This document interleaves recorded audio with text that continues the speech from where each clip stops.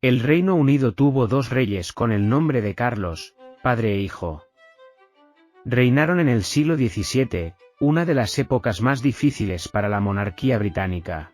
Bienvenidos a mi canal, suscríbete y deja tu like.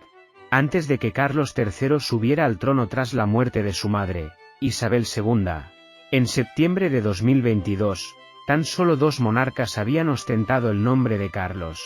Se trata de Carlos I y Carlos II, padre e hijo, que reinaron en una época convulsa para Inglaterra. El primero fue decapitado tras una guerra civil que aboliría la monarquía en 1649. El segundo, recuperaría el trono en 1660, pero su relación con el Parlamento no fue mucho mejor que la de su padre. Sus reinados y el periodo intermedio supusieron unos años convulsos, que tal vez explican en parte por qué han pasado 350 años antes de que otro soberano eligiera el nombre de Carlos para afrontar su reinado. Carlos I se convirtió en rey en 1625, a los 25 años, tras la muerte de su padre Jacobo I. Ya desde el principio tuvo problemas con el Parlamento, que no aprobaba su matrimonio con la princesa Enriqueta María de Francia, hermana del rey francés Luis XIII, porque temía que ella le indujera a conceder mayores derechos a los católicos.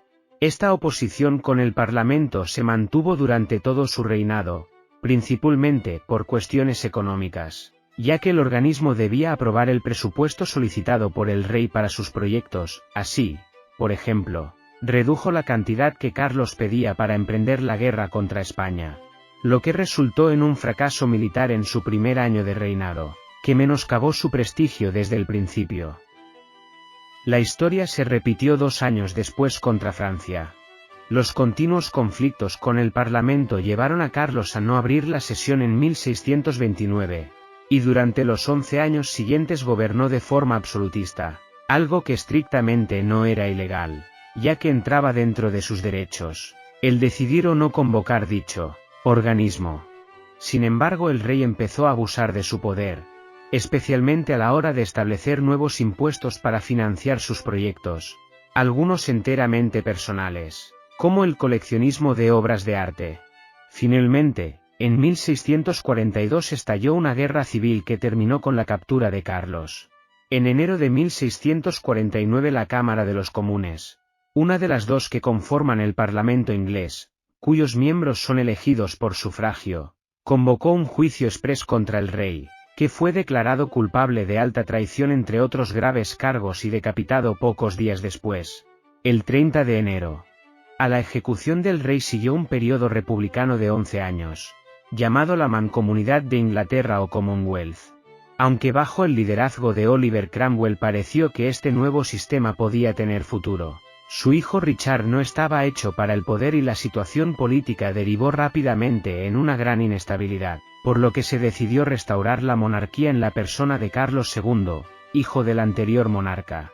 Este era ya rey de Escocia desde la muerte de su padre, ya que la Mancomunidad no incluía a Escocia. En 1660 fue coronado también rey de Inglaterra e Irlanda, reuniendo de nuevo a los diversos reinos bajo su mando. Carlos II tomó buena nota de la actitud que había llevado a su padre al fracaso y procuró tener una buena relación con el Parlamento, aboliendo las reformas más polémicas de su padre y dando su total apoyo a la Iglesia de Inglaterra. A cambio, obtuvo un holgado presupuesto anual para llevar a cabo sus iniciativas, sin necesidad de tener que pedir fondos en cada ocasión individual. Pero esta armonía duró apenas una década, ya que las numerosas guerras emprendidas por el rey y su política exterior, como la alianza secreta con la Francia católica, llevaron al Parlamento a retirarle su apoyo. En 1679, llegó el conflicto final de Carlos II con el Parlamento. Esta vez se trataba de la sucesión al trono, puesto que las cámaras temían que la corona fuese a parar a su hermano Jacobo, que se había convertido al catolicismo.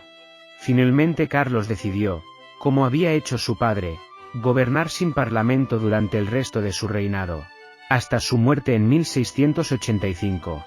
La corona pasó, como los parlamentarios habían temido, a su hermano, que fue coronado como Jacobo II. Esta fue la última vez que un monarca católico gobernó Inglaterra.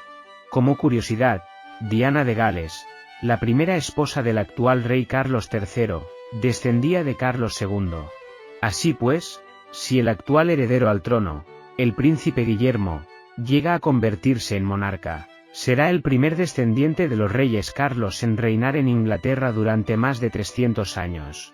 Con él regresaría también un heredero de sangre de dos de las grandes casas que han gobernado en Inglaterra, los Tudor y los Estuardo, a las que pertenecían los antepasados de Diana. Bueno amigos, llegamos al final del vídeo.